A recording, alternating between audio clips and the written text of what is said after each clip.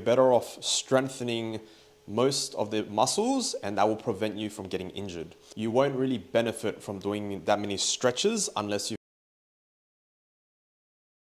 Hey guys, this is Lawrence from Oasis Physio, and today we're going to talk about some shoulder stability. Okay, so a lot of patients come in to see me and they say that they feel pinching or they feel very weak when they do shoulder exercises, especially in the gym or when they're playing sport.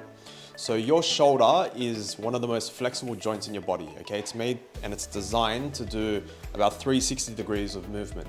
So because of this, you won't really benefit from doing that many stretches unless you've had surgery or otherwise suggested. Most of the time with your shoulder, you're better off strengthening most of the muscles, and that will prevent you from getting injured. So majority of the time with our lifestyle now and with specific sports and whatnot, the muscles at the front, including the chest and the deltoids, do get very strong, and this results in this lean hunched forward posture, okay? So the majority of exercises that I prescribe to my patients involve strengthening the rotator cuff, which is the group of muscles on the back here, the rear delts, and obviously the big lat muscle. And if you strengthen these, it will pull the shoulder back and it'll prevent that kind of hunch posture that no one really likes, okay? So this is an advanced exercise I like to give to a lot of my patients. It's a very easy way to start strengthening and stabilizing the shoulder, and it has given really good results for hundreds of patients that I've recommended it to, okay? So with this, you just need a TheraBand. Your physio can give you one. If not, you can easily access it online. Just want to tie it to something solid that's not going to kind of fly off, okay? I'm going to show you a back view and then we'll switch over to a side view.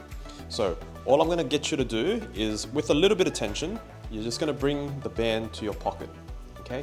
When it's at your pocket, you should feel all these muscles engaging in the back of the shoulder. So that's the easy part. The difficult part is actually doing an abduction movement. So abduction is the movement where you bring it out to your side, okay? With this exercise, what we're doing is we're training those muscles at the back to switch on as you're doing a functional task, which is the abduction. And the key to this exercise is to keep your hand in line with your pocket at all times. So I'll show you from a side view later, and I'll show you the common mistakes that happen when you do this exercise. Hello again.